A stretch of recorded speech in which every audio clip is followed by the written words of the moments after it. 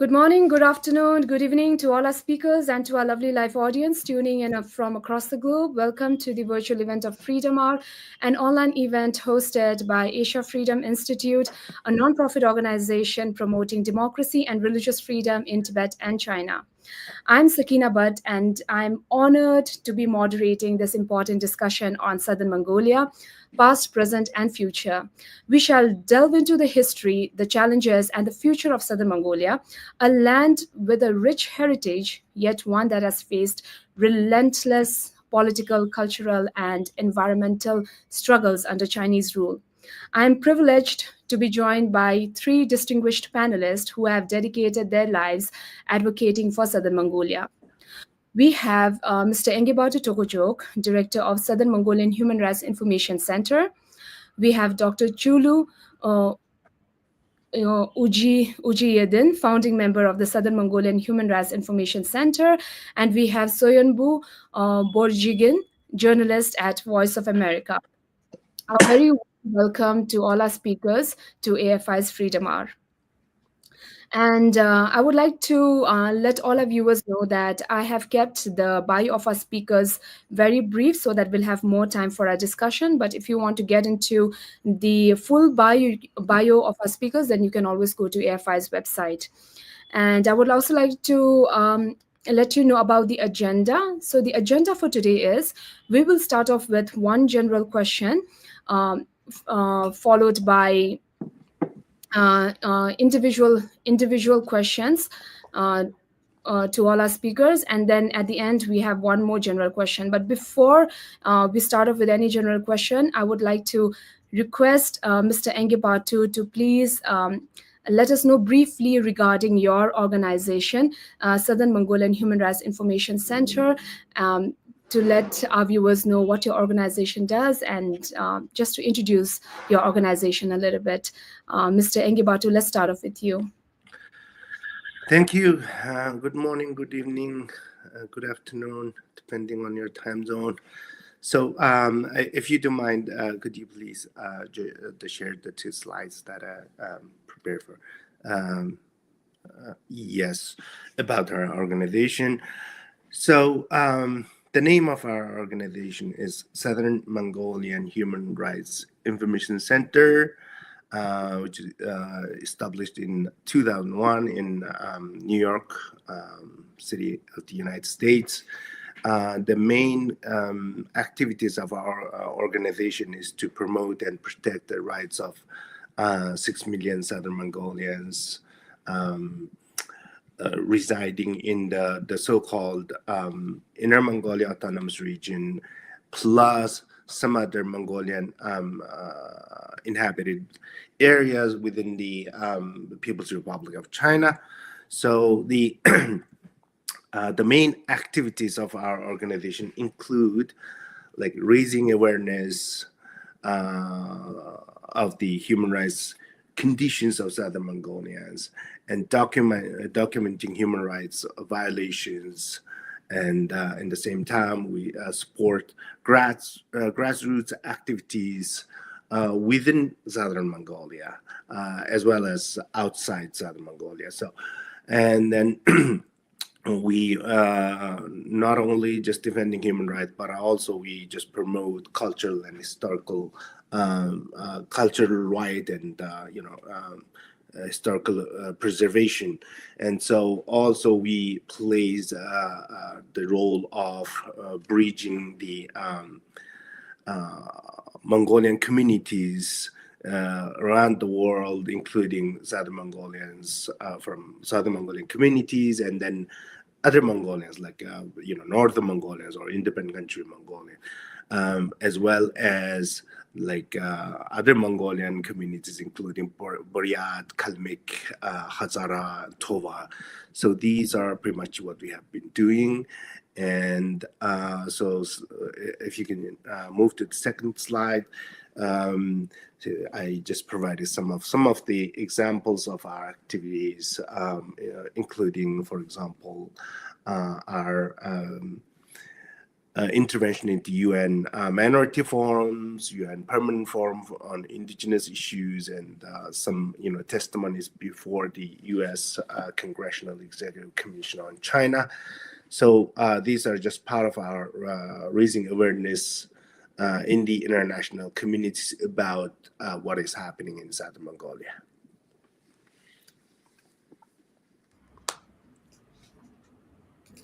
Thank you so much, Mr. Engibatu, for letting us know about the programs and activities of Southern Mongolian Human Rights Information Center. Now, I would like to move forward with the general questions that is intended to all our speakers. So let's start with Mr. Engibatu. Three formerly independent regions, East Turkestan, Southern Mongolia, and Tibet, form the periphery of China. These sparsely populated regions combined make up more than half of China and are a source of vast natural resources and have witnessed serious unrest with frequent protests against the Chinese government.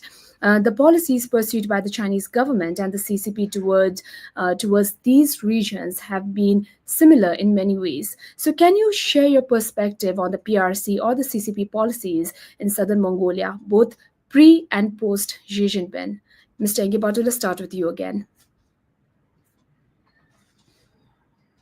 You're on mute, Mr. Engibatu.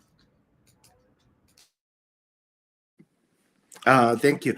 If you don't mind, can you share the slides about this Southern Mongolia and Northern Mongolia?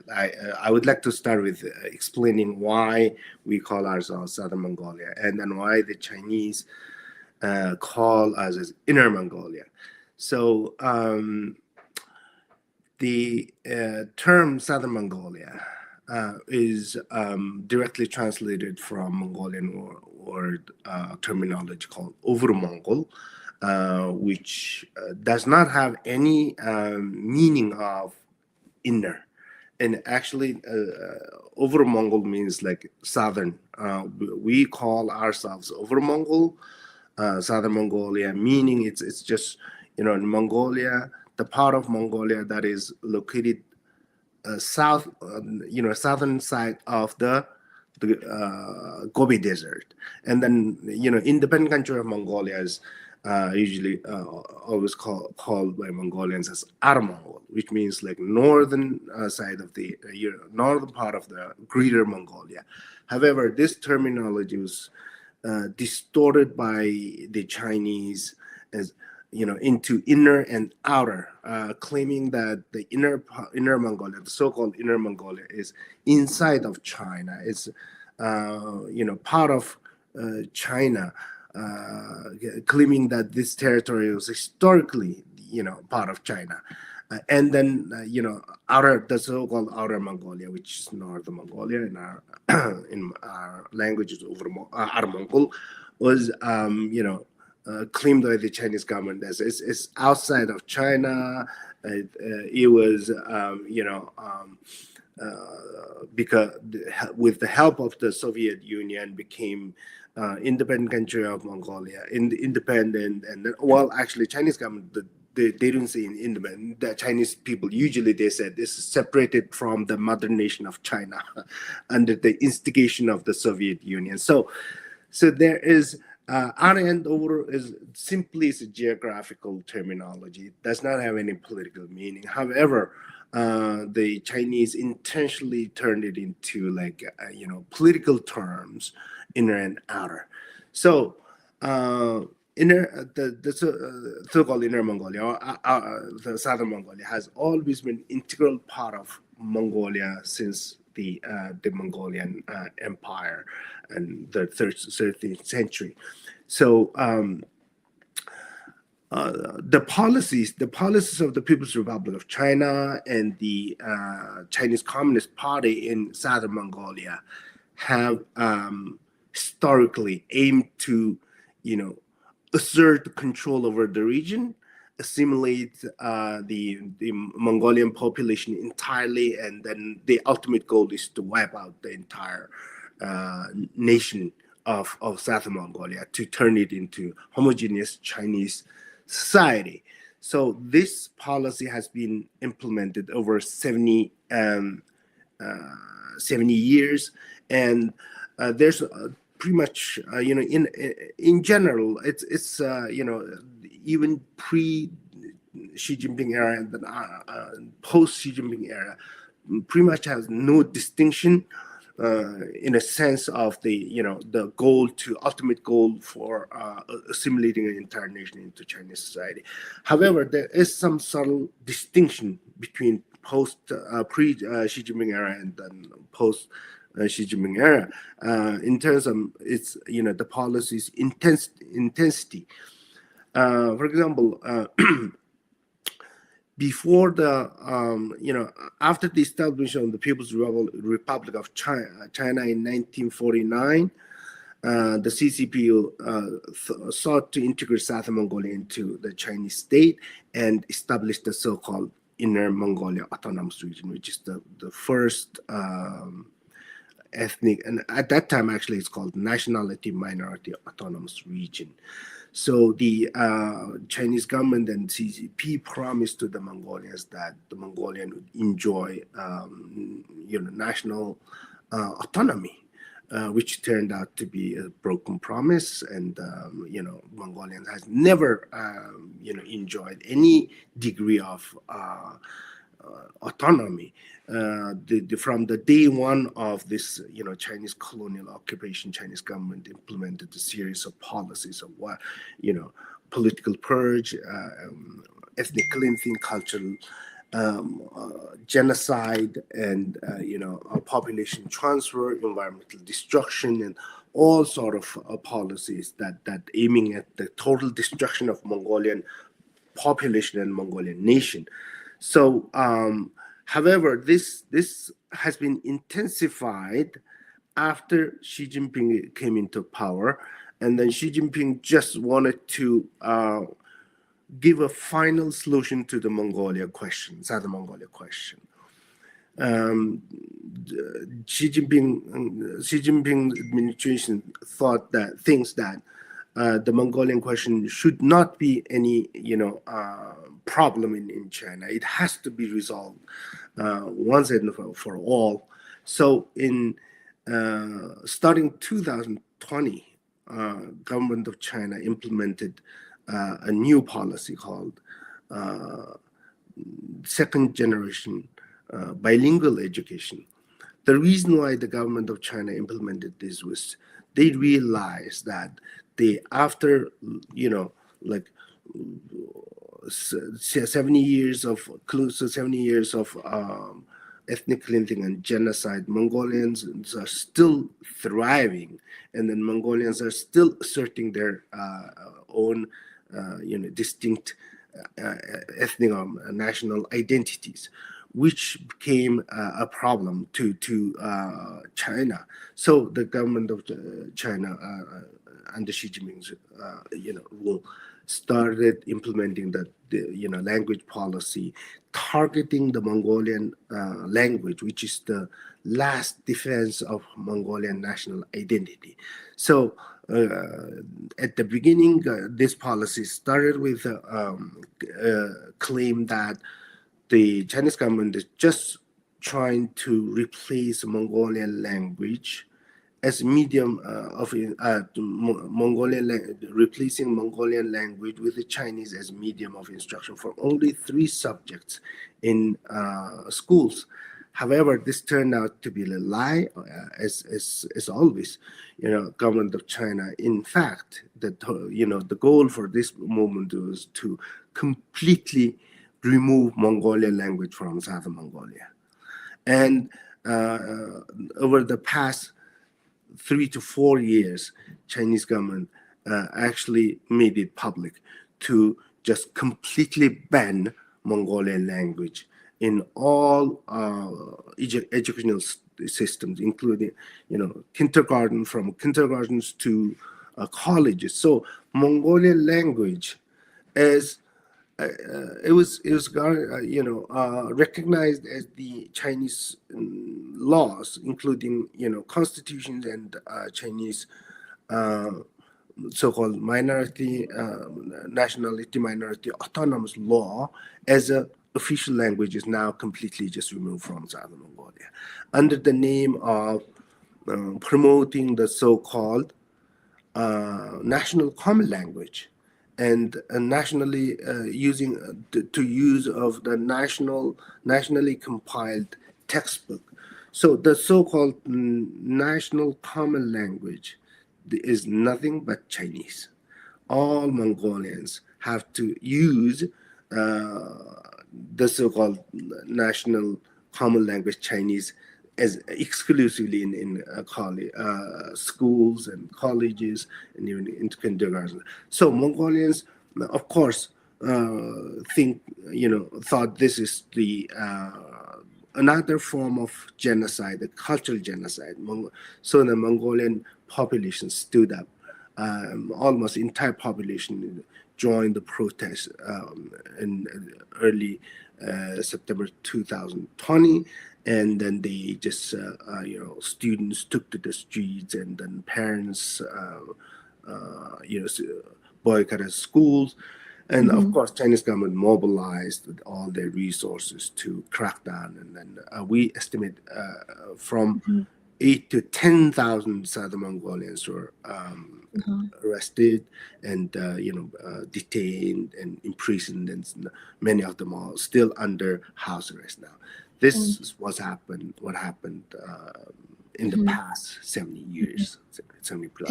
Thank you so much, Mr. Engibatu. And we have a question on language exclusively for later. We will discuss that with Dr. Chululu as well. Thank you so much. And continuing with the general question, let's hear Dr. Chulu's perspective. Okay. Hi, everyone. Good evening and good morning to wherever you are. So since Ngava touched upon language issue a little bit, I'm going to make mine a little bit brief, and then I'm going to mention a couple of things in the next. Okay, and as probably you guys know, in the Tibetan or East Turkestan community, in Southern Mongolia, Mongolian language education has been replaced by Chinese, and then even Mongolian culture since 2003, I believe, has been rebranded as a Northern Frontier culture. This happening actually since China's occupation of South Mongolia in late 1940s. Since then, Chinese government and Chinese intellectual elites have worked systematically to eradicate Mongolian language and culture through well-organized, state-sponsored assimilation campaign. Especially last 15 years, they intensified their effort for assimilation. So I'm going to mention here, give you a little bit background of this, why this happened. It's in late 2011, someone called Fu Hanggang actually is a permanent policy advisor to Chinese Communist Party Politburo, write a very important article. In that, he proposed several policies.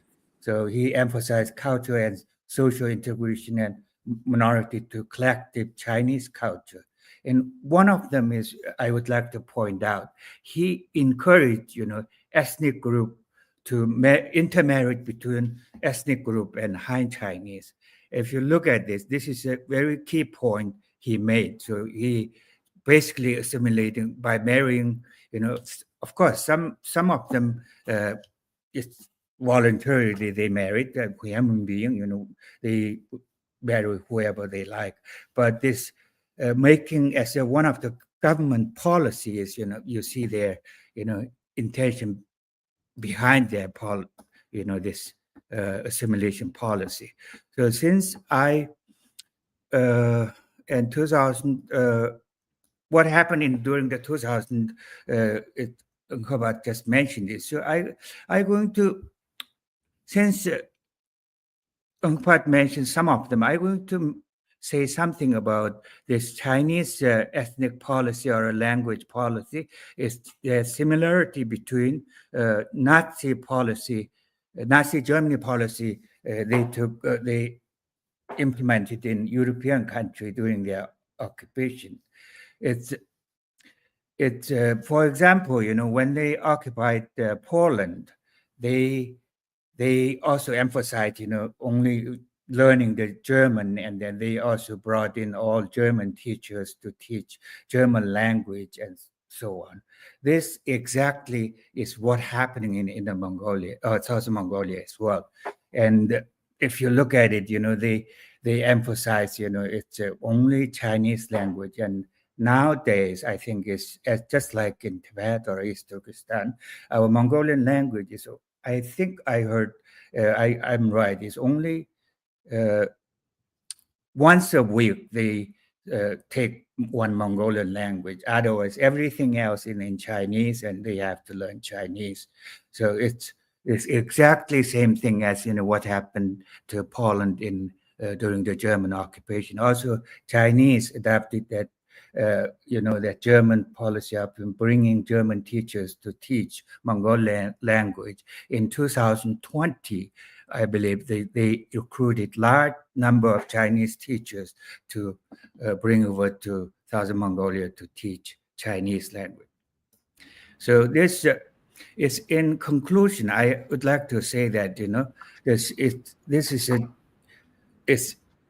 they also, it's always emphasize something like this, learning Chinese language is to help this minority people get good job and then, improve their,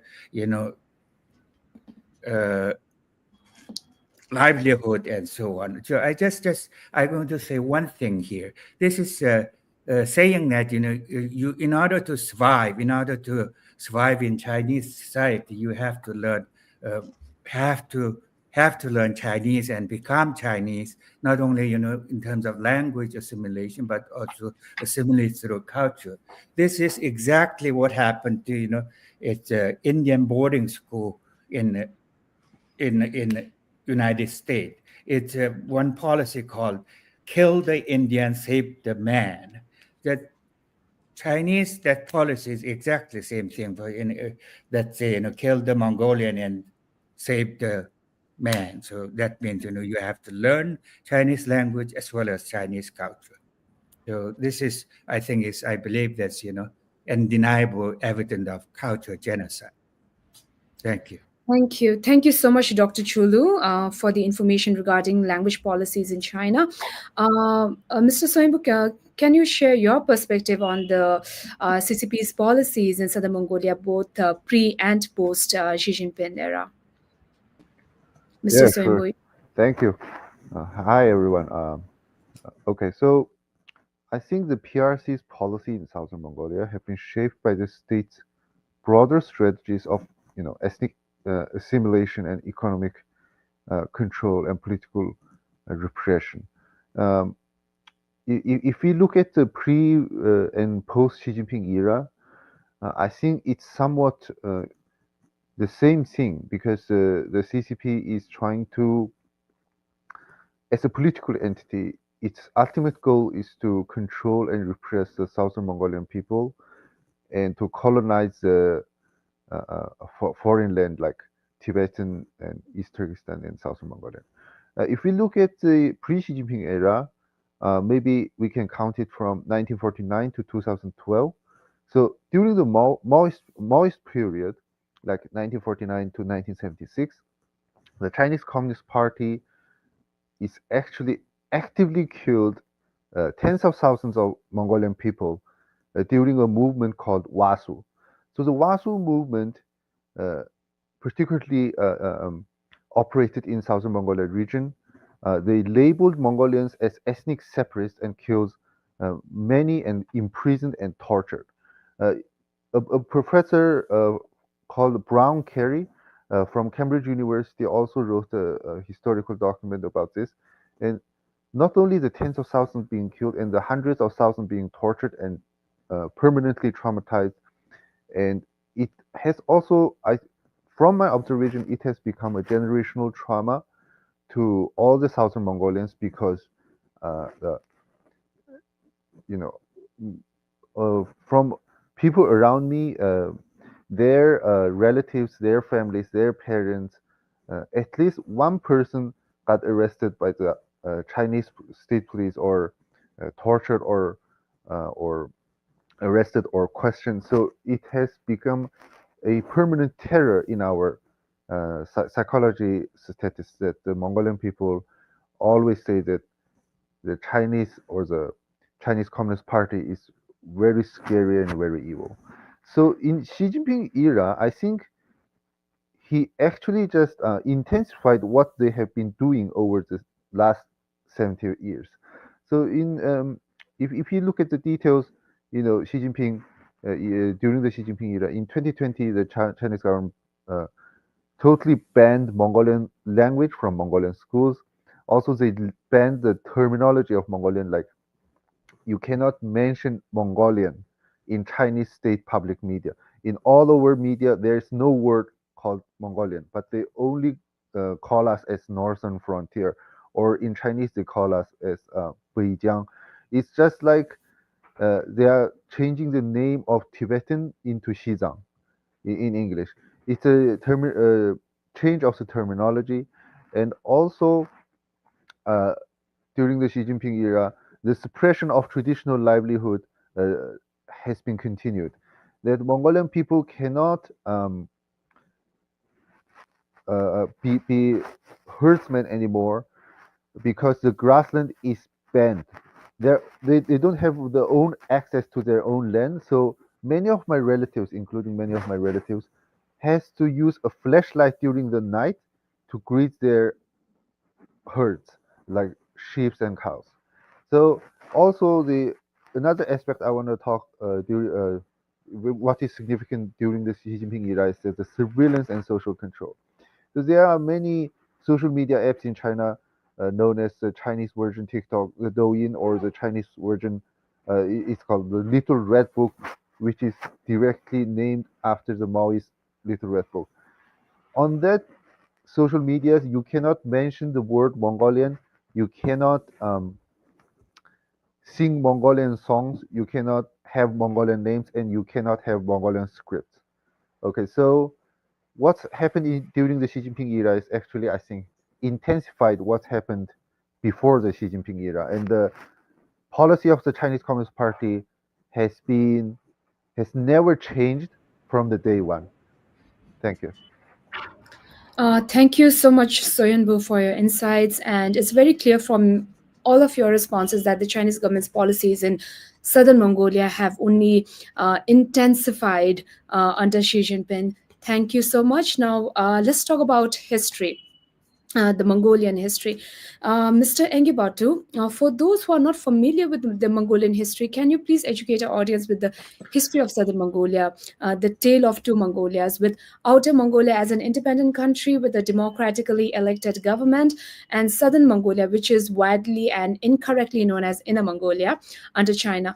Could you provide insight into how these historical events unfolded and what factors led to the eventual loss of Southern Mongolia's independence? How do these events continue to influence the struggle for self-determination and identity today? Mr. Engibatu, let's start with you.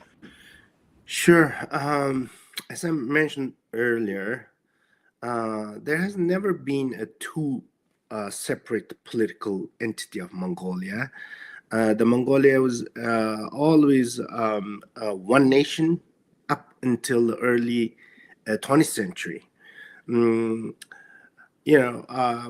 Mongolians was historically unified under the Mongol Empire, established by Genghis Khan in the 13th century. And then, as you all know, at its height, the empire was the largest contiguous land empire in human history, and encompassing like vast territories across Asia and Europe. So later on, the vast empire, or fragmented into four different smaller empire, which is still huge. Each of them was still huge. And then when it came to the 17th century, Manchukuo established the so-called Qing Manchu Empire. And then they, well, actually at that time, the Mongolia was still very strong. They had their own, empire, own nation, but the Manchus tried to incorporate Mongolia into the Manchu territory. So at the beginning, they actually there's not much really is like conquest, was used. Military conquest is not used at the beginning in the Qing Empire.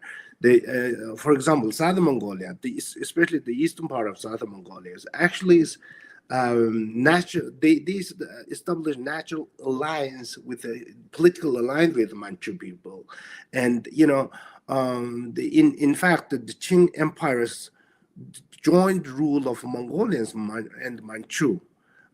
So the Manchu people tried to use Mongolian military power to conquest other territories, and then so in a sense, Mongolians are never really is just subject or the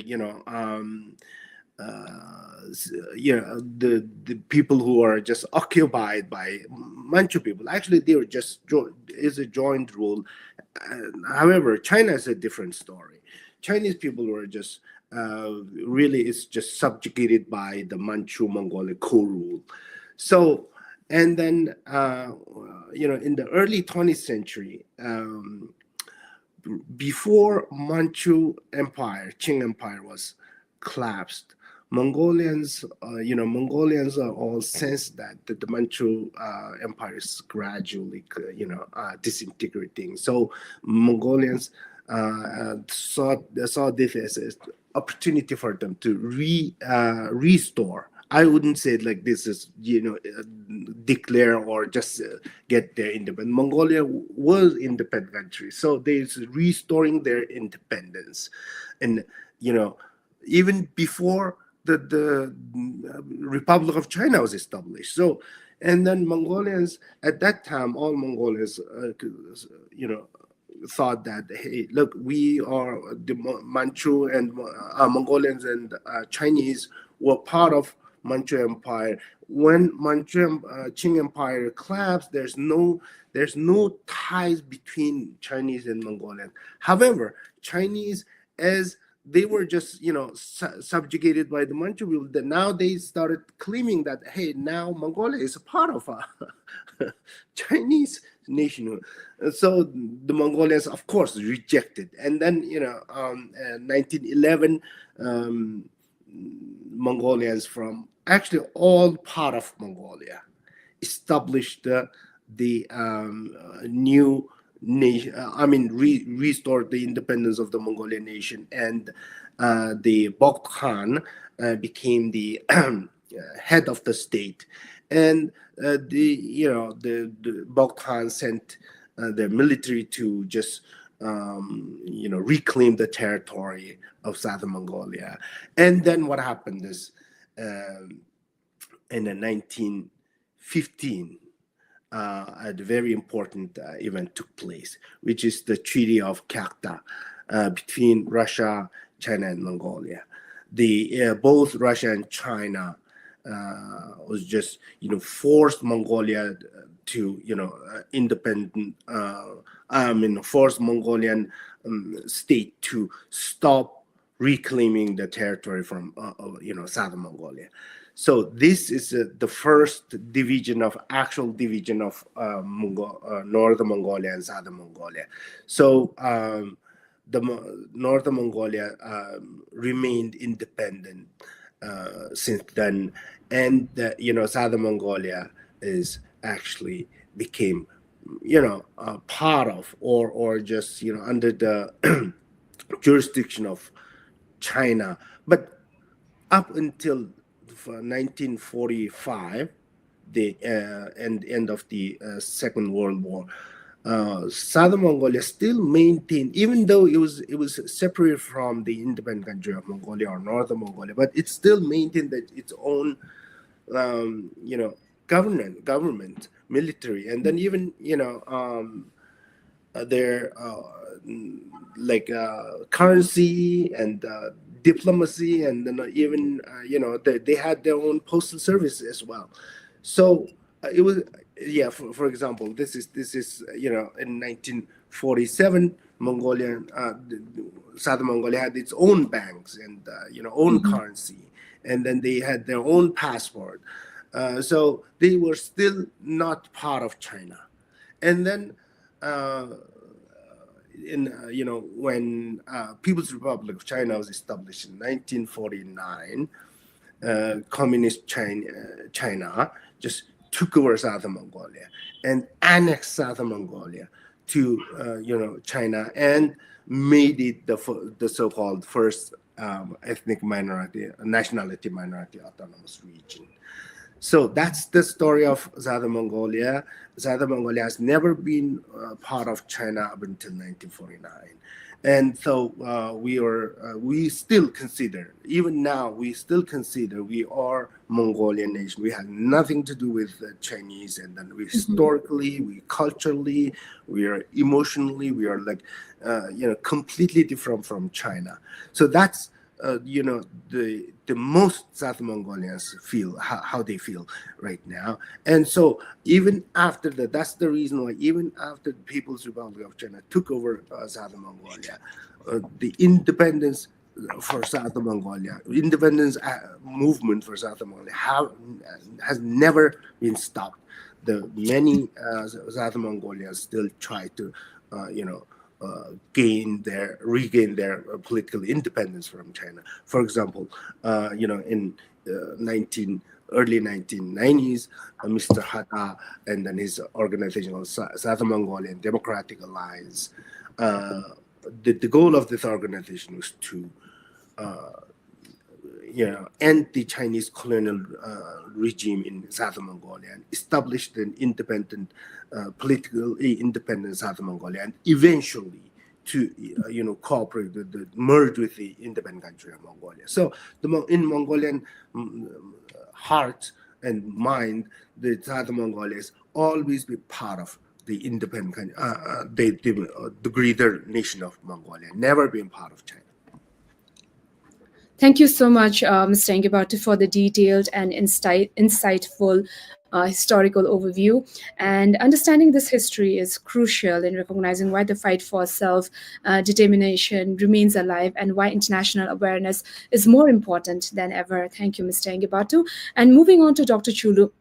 Dr. Chulu, we have already discussed about the policies of the PRC or the CCP in replacing the Mongolian language to assimilate the Mongolians into Chinese Han culture. Could you tell us, with Mongolian heritage, language, and traditions under threat, how are Southern Mongolians resisting these measures, and what role does cultural preservation play in their larger fight for autonomy and identity? Mr. Chulu. Yeah, well, as you probably know, it's in China, doing activities and openly protesting is getting more and more difficult. They almost civilian camera everywhere. However, based on my understanding and observation, is Mongolian people are still tried against this genocide policy. In the school, of course, kids are not allowed to speak Mongolian, and then has to speak Chinese among themselves and so on. However, I observed that Mongolian family is organizing some own family. They encouraging kids and then encouraging each others to speak Mongolian at home. Even they organize play date with their kid and then get together Mongolian kid and then talk in Mongolians and so on. Also, there's some cultural activity. It looks a little bit superficial, but for example, there are some kind of custom and ceremonies and marriage ceremonies, and they are all wear their traditional clothes, sing their Mongolian songs, and so on. It's for example, we have some fire worship ceremony before New Year's. They all doing that very widely, and then a lot of people get together and then wear their traditional clothes, and the ceremony is very authentic and official. So it's shifting their focus. Mongolians is trying to shift their focus in some other way to against, instead of openly come out and demonstrate or say something and do some activity. I observe this kind of indirect you know indirect activity for against Chinese this genocide policy. Yeah. Thank you so much, Dr. Chulu. And the way you spoke about how the Mongolians are preserving their language is really similar to the Tibetans, because most of the Tibetans during Wednesday, they celebrate Lakhar, where they wear their traditional Tibetan attire and they have all those gatherings and they speak in Tibetan language, eat Tibetan food. So it reminded me so much of that. And what stands out from your response is the resilience of the Southern Mongolian people. Despite the risk, thousands took to the streets in 2020, demonstrating that language is the heart of the identity and that they are unwilling to let it be erased. Thank you so much, Dr. Chulu. And Mr. Soyunbo, the US Congressional Executive Commission on China Political Prisoner Database has a list of 30 political prisoners in southern Mongolia, including 2 that are currently listed under detention. In December 2014, China released Hada, president of the Southern Mongolian Democratic Alliance, who served almost 20 years in prison, and but they again put him under house arrest, right? So, what is the current situation with Mr. Hada and his family, and how many political prisoners are currently in prison? Can you also highlight and profile 2 other political prisoners, Mr. Soimbo? Yes, thank you. Mr. Hada is a longtime political prisoner and also the president of Southern Mongolia Democratic Alliance, and he's been officially nominated for the 2025 Nobel Peace Prize by the Japanese parliament members. Yesterday night, we reached out to Hada and his families, and we were very sad to discover that Hada is now at the ICU of sorry, at the ICU intensive care unit of the local hospital, sent by the state security to the hospital, and he is in the emergency now, and he's been under house arrest for so many years, for at least more than 30 years, and his health condition is very bad, and they don't give him any access to communication rights. He only have one radio to listen to the news, so he has no way to communicate with outside world, including his family. Yesterday, after the state securities sent him to the hospital, uh, you know, under the house arrest, he's drilled in his own house, separated with his wife and kid. And then the state security called his wife and said, "Your husband is in dire conditions now. Please come to the hospital." And then when the families reached to the ICU unit, the state security wanted to charge them for the fee that to caused by the hospitals. So the state security, if you Google the Southern Mongolia Human Rights Information Center website, you can see the pictures and videos of Hada right now at the first news. You can see bruises on his leg, and right now I heard he's unconscious now. So he's in very dire condition.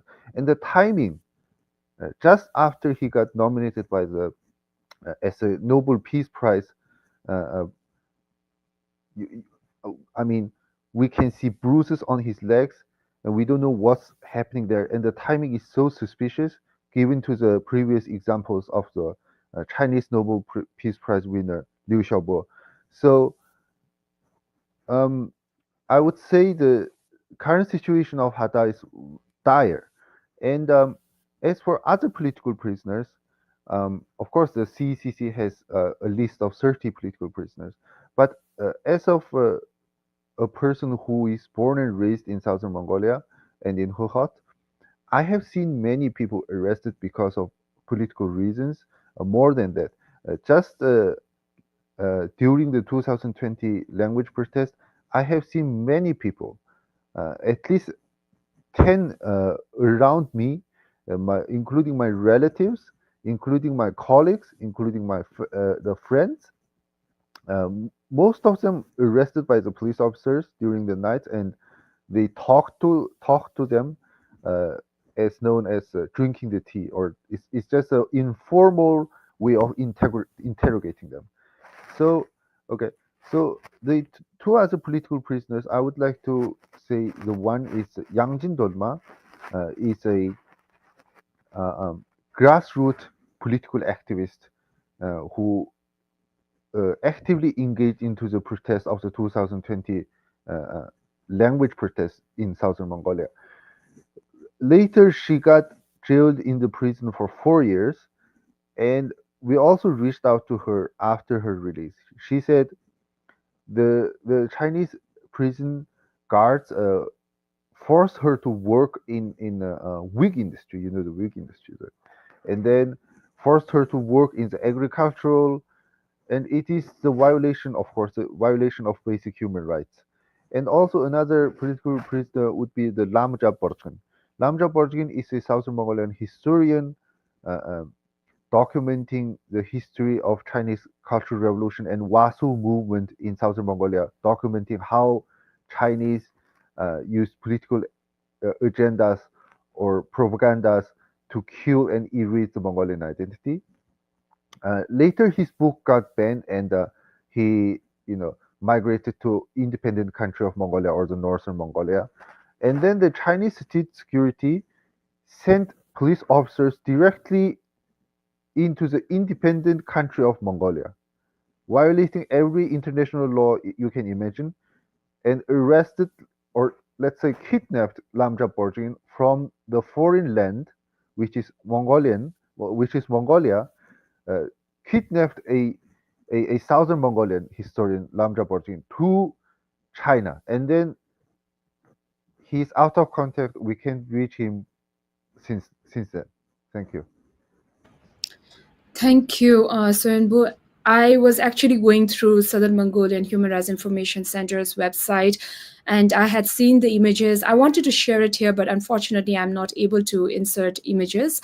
And thank you, yeah, for bringing attention to the ongoing repression faced by the political prisoners of Southern Mongolia. I think the world should know their stories, and the international pressure must continue to demand their release. Thank you. Moving on to Mr. Engibatu. The Chinese government is using conservation and environmental policies to assert power and undermine the Mongolian, Tibetan, and Uyghur communities. Southern Mongolia's rich in natural resources and large scale mining and industrial projects have significantly disrupted the region's traditional nomadic lifestyle and fragile ecosystem, once again, which is very similar to the ones experienced by the Tibetan nomads. So, can you comment on the scope, impact, and the damage unleashed by China's ecological migration program in southern Mongolia, Mr. Engipatu? Sure. The ecological migration policy in Chinese is called 生态移民. We need to see this in the context of Chinese, overarching policy of, wiping out the entire nation, and then their identity and way of life. So in Southern Mongolia, the so-called ecological migration policy started in early 2000. Government of China claimed that Southern Mongolian grassland ecosystem has seriously been damaged. By whom? By the Chinese government claimed that by the Mongolians themselves, Mongolian herders, nomadic herders, whose lifestyle is, according to China, is very backward, archaic, and primitive. That lifestyle destroyed the Southern Mongolian grassland, which is completely a lie. Actually, the Mongolians and other nomadic people, like including Tibetans, they maintain their very fragile ecosystem with the nomadic way of life is for hundreds of years, if not thousands. So, but regardless of this, fact that the government of China forcefully implemented the ecological migration policy in early 2000 in Southern Mongolia, and then they are targeting the entire Mongolian nomadic population to, force them to displace them from their ancestral lands to overwhelmingly Chinese populated urban and agricultural areas. So, in the same time, they also implemented another set of policy called livestock grazing ban. So the aim is clear, right? They just move the people out of their land and then ban their traditional way of life. So put all the livestock into fences. And so whoever, if there's any Mongolian herders who just graze their own, own livestock on their own land, is considered as a crime.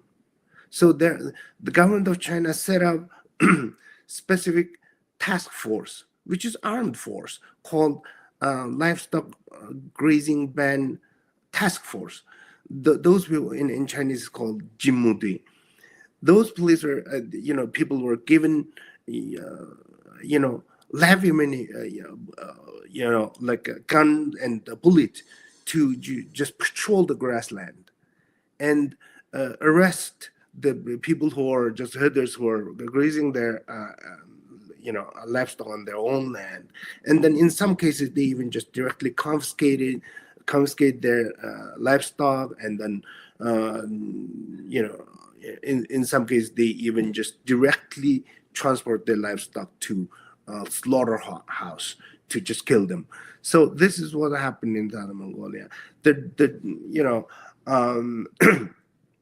Two reasons behind the Southern Mongolian grassland ecosystems, degradation is actually caused by, not by the Mongolians themselves, but actually by the Chinese large-scale farming, and then the recently is mining practice.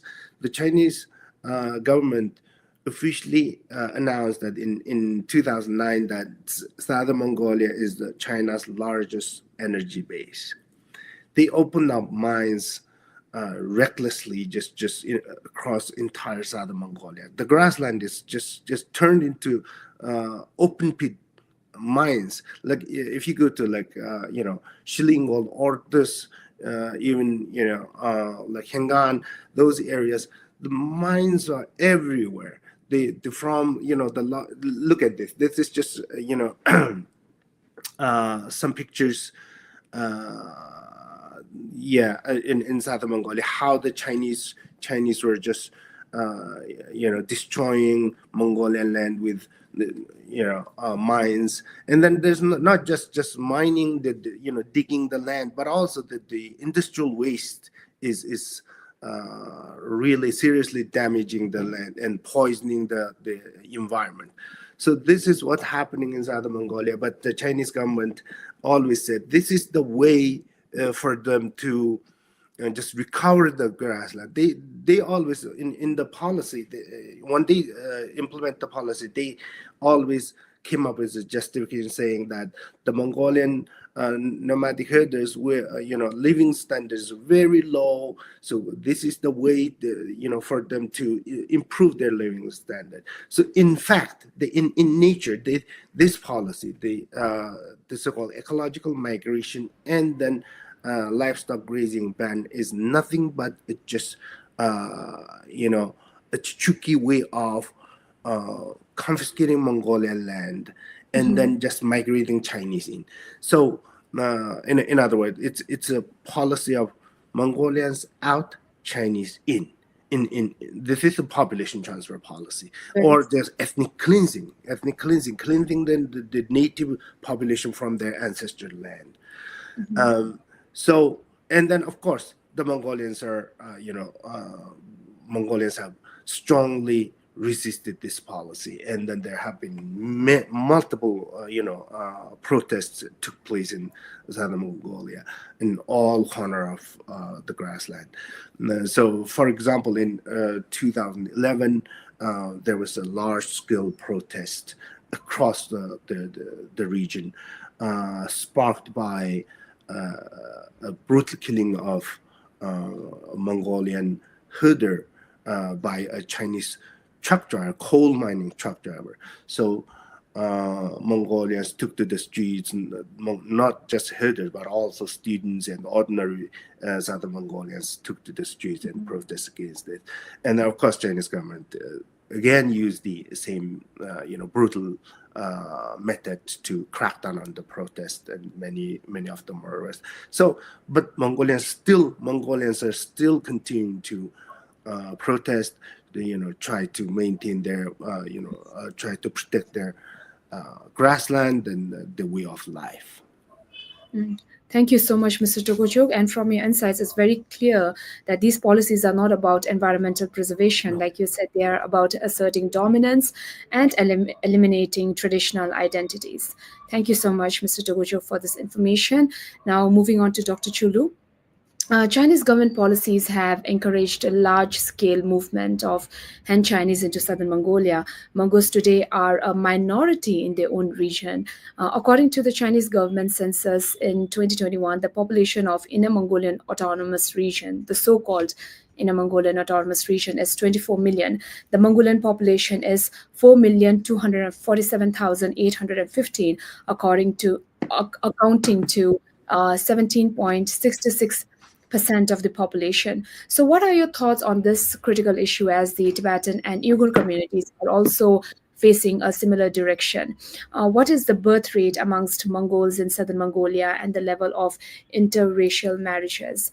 Can you share your additional thoughts on the demographic issue facing your people back home and its challenges? Mr. Chulu, Dr. Chulu. Sure. In terms of intermarriage rate, and it's I don't have a specific statistic. Again, it's from my what I hear and then my observation. It's traditionally, or for now, it's Mongolian. It's usually family encourage their kid, daughter, and son marry Mongolian. But however, there's some practical reason is there. But I see observe some intermarriage, as Ungpat mentioned, that mining and ecological migration and so on, and Mongolian lost their traditional way of life, for example, herding and so on. So, and then they resettled in the cities and so on. This making difficult for Mongolian being in the one concentrated area. Of course, as soon as get into city, it's going to intermingle with Chinese, and then there's some intermarriage. In terms of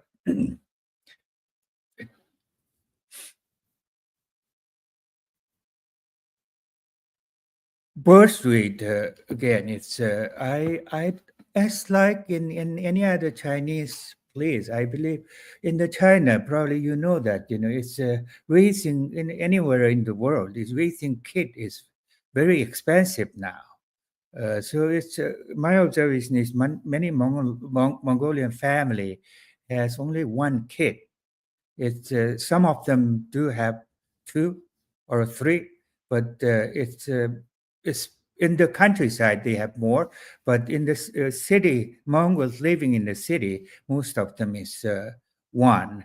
Its reason is because it's Mongolians. It's what their work, and the work they do is their income level is very low in comparison to Chinese, because they always been discriminated, getting better position and in the government job or likewise. So it's for most Mongolian young family very difficult to have kid more than one or two. So this practical lifestyle problem is called major cause of having less and less kids.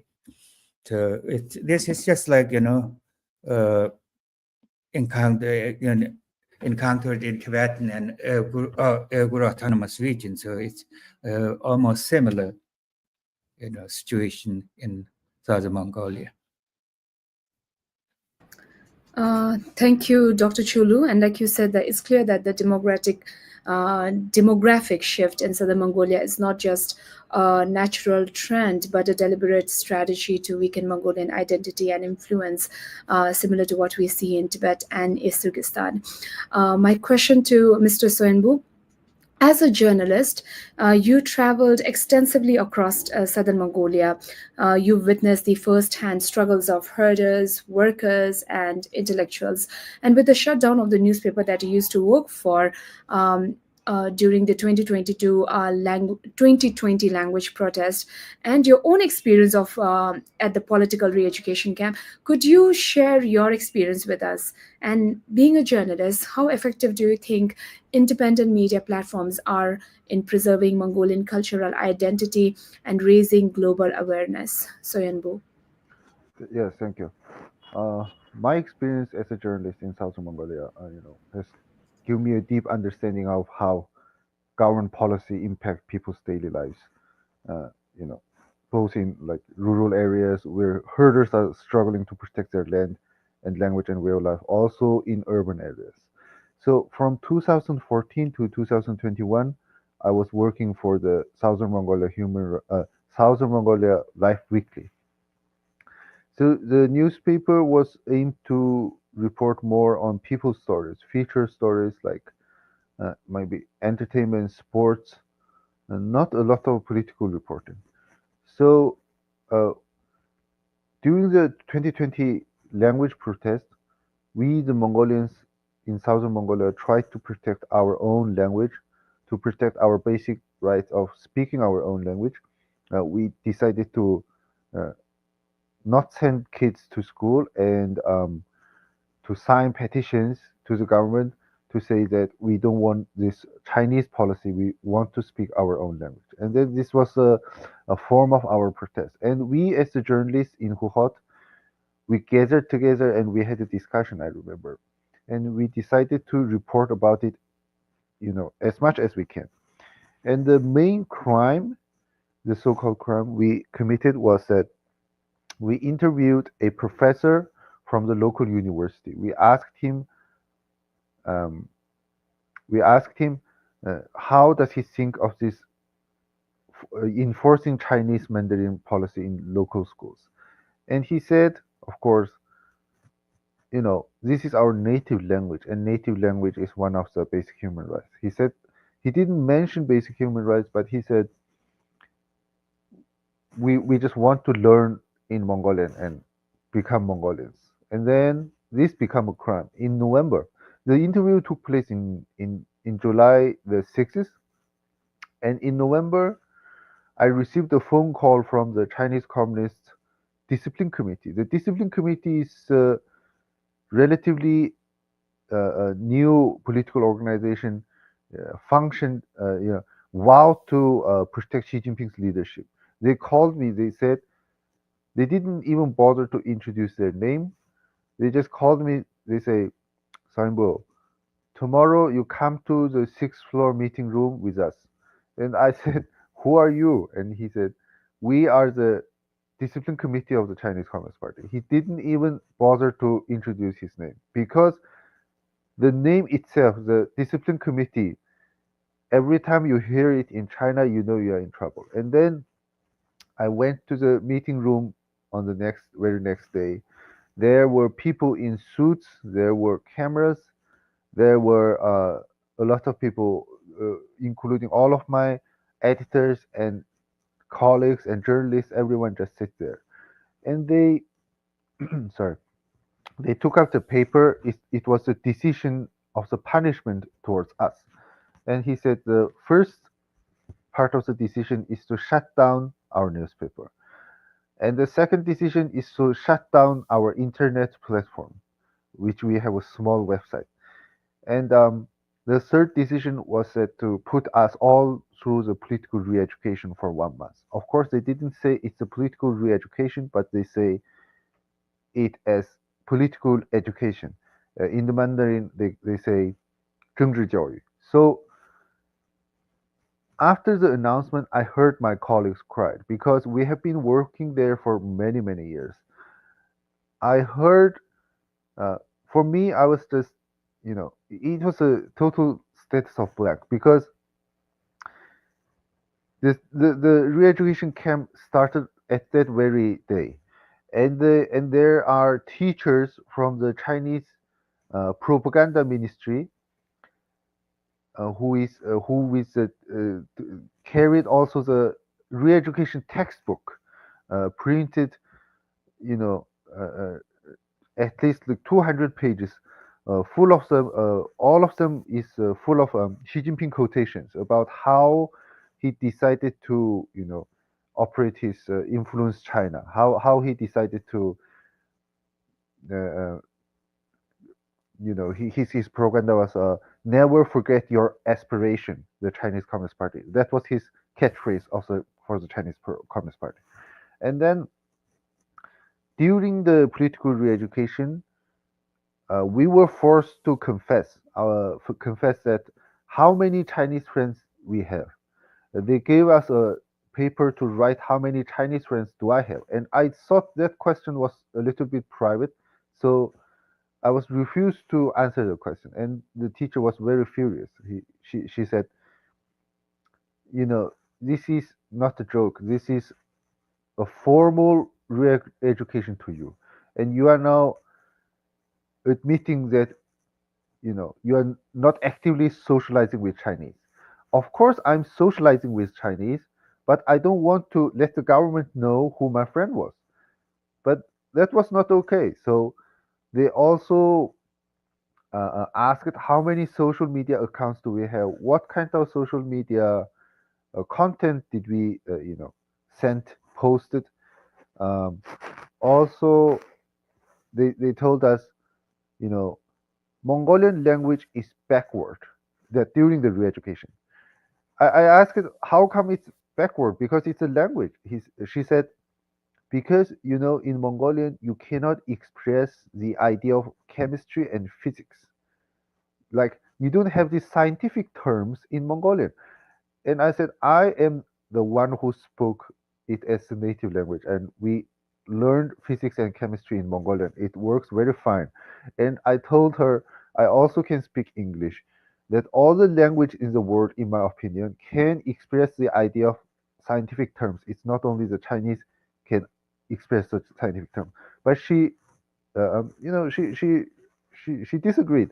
She said, no, you know, then how are you going to can you write the chemistry term of the like CO2, the carbon dioxide, and and I wrote this in Mongolian, and I also wondered in my heart, can you spell out your leader's name in Chinese, because you can't. And so that was basically what we have gone through. And she also said we should not be wearing Mongolian ethnic clothes during any celebrations, maybe like the New Year celebration. And we should not speak Mongolian in our office. But I was wondering, this is a Mongolian newspaper. How come you are going to not speak Mongolian in your Mongolian newspaper office? And later we got a lot more instructions about how we should behave, like not mention the word Mongolian in media, like. And then later they also told me I cannot interview anymore as a Mongolian journalist. They told me if you want to interview, you can be a translator for Chinese journalists. And I asked her why, and she said, if a Chinese journalist going to interview a Mongolian herder or Mongolian intellectual or worker, you go with him and you translate into Mandarin with him, for him. And well, so after all those, and at the end of the re-education camp, they also prepared a test for us. So everyone must, score in this test to pass, to graduate from the political re-education camp. And the question including like, when did Mongolia become independent? They are referring to the Northern Mongolia.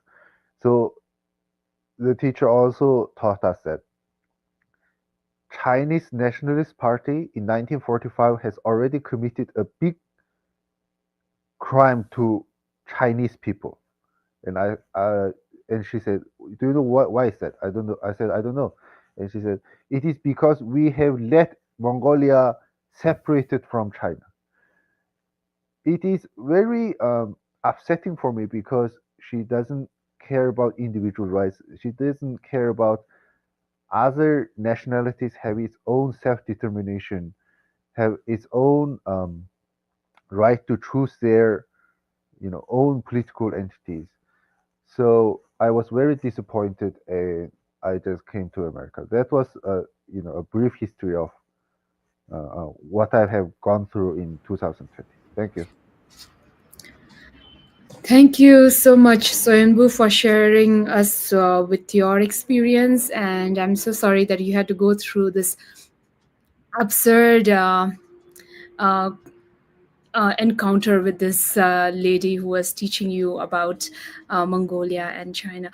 Thank you so much, Soyunbu. And moving on with Mr. Engebatu.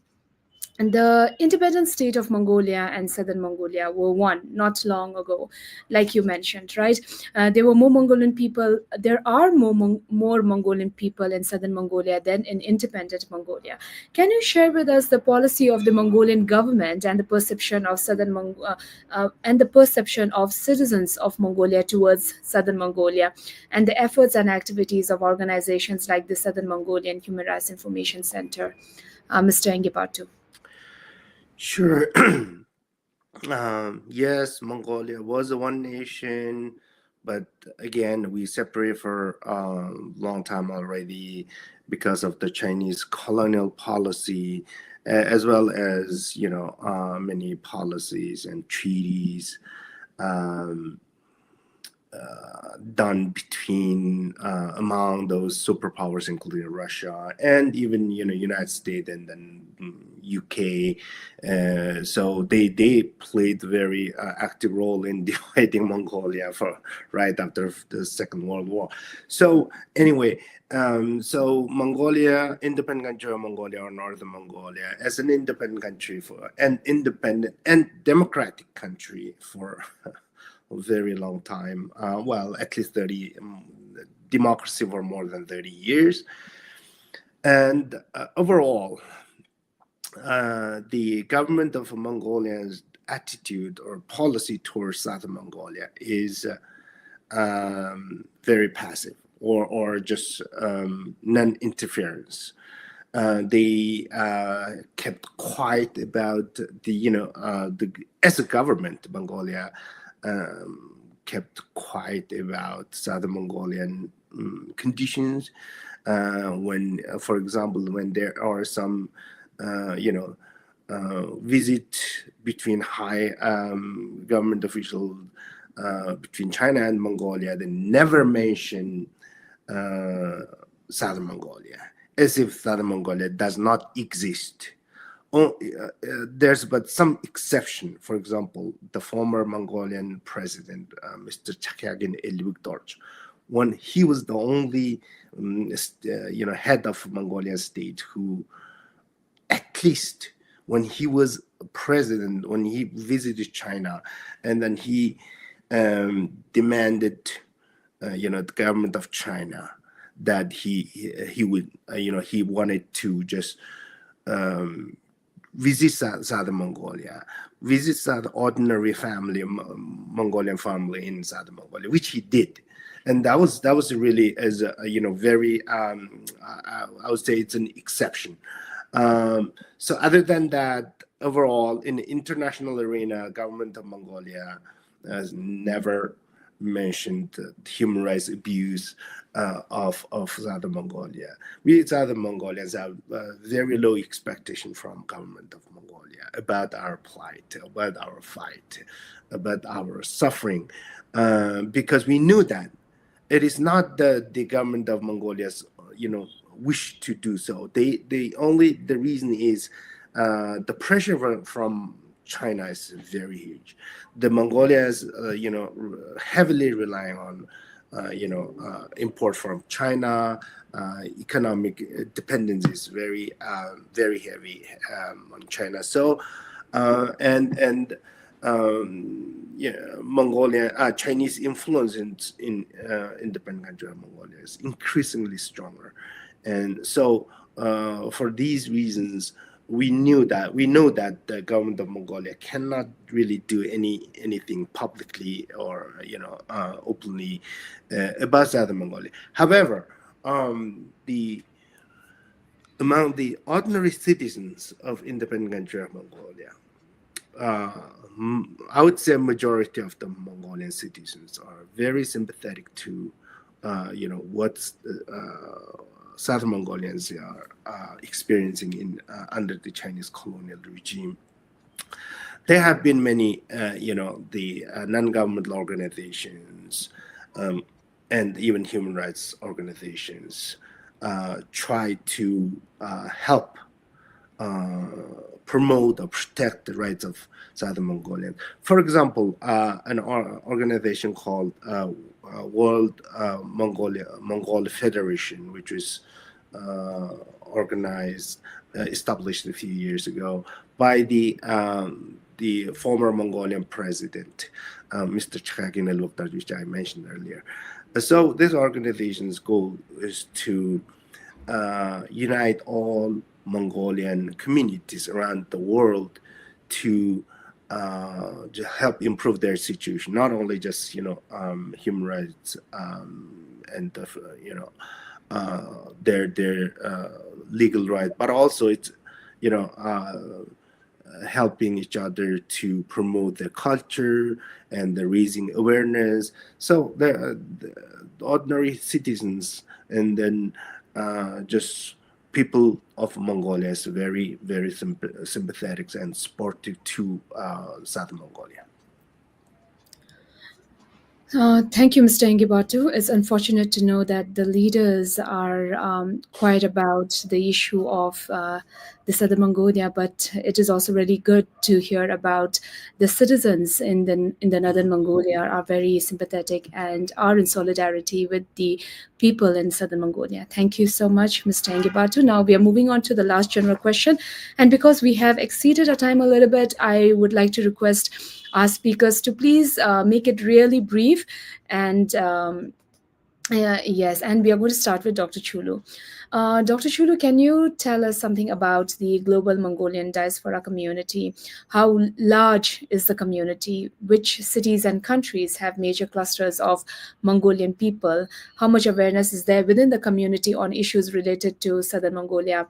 What is the extent of outreach conducted by organizations like the Southern Mongolian Human Rights Information Center towards the global Mongolian diaspora community?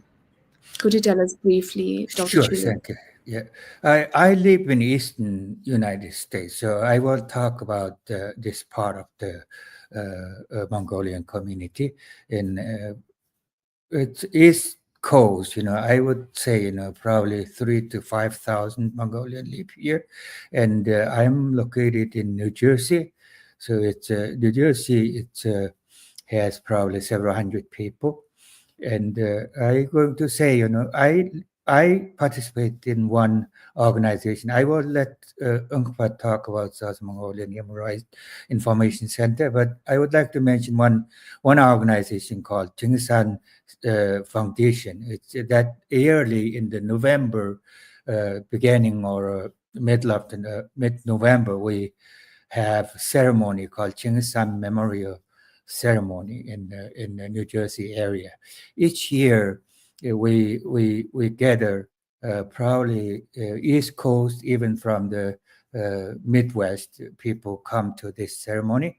It takes place half day and then until the late evening. So I would say each time 200 to 300 people gather, and then we not only celebrate. Have formal ritual ceremony, but we talk about some subject. We invite some keynote speakers and then talk about the Mongolian situation and so on. So, for example, last year we had, again, same ceremony. We had people come from, this this East Coast. It's around 200 people. And that in that, a lot of Mongolian come, we discuss, gather together, separate it out, and then talk about what's happening in our homeland in Southern Mongolia. I believe, each and every Southern Mongolian living in the United States, it's concerned about what's happening there. It's one of our plan is, I'm not sure we mentioned or that we United Congress introduced Southern Mongolian human rights bill. I'm mentioning it because we are trying to organize, send out mass campaign email to all Southern Mongolia living in the United States, contact their district Congress and senators and so on. So we do activity like this. This is what I like to mention, what I know about East Coast. Thank you. Thank you, Dr. Chulu. Mr. Soyunbu, let's hear your perspective. Yes, thank you. Well, for the Mongolian community, I think majorly we have Mongolian communities in Southern Mongolia, of course, China, also in United States, many Mongolians in New York, Los Angeles, Washington D.C., Maryland, and in California, San Francisco, all the major cities. Also in Russia, also in South Korea, also in Japan. In Japan, we have a lot of Mongolian communities also. From my perspective, as a relatively younger generation of the Southern Mongolian people, younger people tend to use social medias and digital space to form new communities. And we have a Mongolian social media platform called Beno, which means hello in Mongolian. Over there, we have somewhere around 400,000 Mongolian users communicating actively in Mongolian every day. And I also interviewed the developers of the Beno also. They are also the active users, and the app is designed to is much similar to the Twitter or Facebook. And during the 2020 language protest, many people gathered and exchanged information on Beno. And after the government shut down the app, we also continued our discussion on WeChat. So on WeChat, I was pulled into group chat of 500 people every day from August 26th to September 15th. I think every day I'm joining a 500 people group chat, and we are actively discussing about how to continue the protest, what is our strategies, what is our goals, and every day very actively. So many communities are unseen from the international communities, but even so, for younger generations, I think social media has become more and more a path for us to communicate with each other. Thank you. Thank you, Soyunbu. Mr. Ingabatu, let's hear briefly regarding your perspective on this. Sure. So the Mongolian diaspora or the Mongolian communities outside Mongolian, their own homeland, including like independent country of Mongolia, Southern Mongolia, Kalmyk, Buryat, they have their own homeland. I'm talking about the people outside of these, areas. So some studies show that there's no exact data. No, it's very difficult to get accurate data. But some studies show that about 200 to 300,000 Mongolians live outside their homeland, meaning they are either in the United States, Western countries, and like Japan, South Korea. So the So the largest Mongolian community seems to be in South Korea, mostly from the Mongolians from independent country of Mongolia. The study shows that there are about more than 50,000 Mongolian citizens living in South Korea. So for Southern Mongolians, their communities are relatively small, and their exile history is shorter. I would say the largest Southern Mongolian community is still in Japan. We estimate about more than 20,000 Southern Mongolians live in Japan. Mostly they are students and with a working visa. So that's the approximate size of the Mongolian communities. So here in the United States, Southern Mongolian populations, we estimate probably several thousand. And so regarding the activities of the organizations like Southern Mongolia Human Rights Information Center, we do try to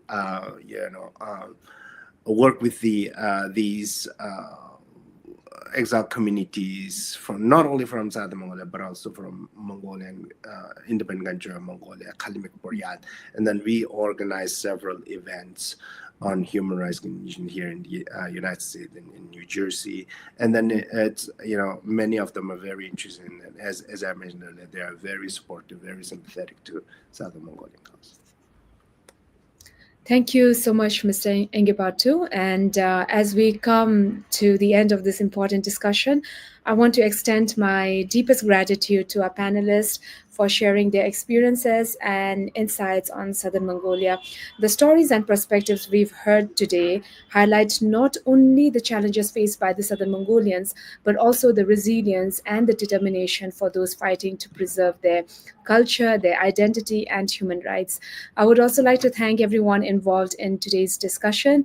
And before I end, I would like to remind our viewers that the video of the session will be uploaded on AFI's website, and please follow AFI's social media platforms to be more updated about the programs and activities of Asia Freedom Institute. We are also available both on Apple Podcast and YouTube. Thank you so much once again. Thank you. We are really grateful for your time. Thank you. Thank you.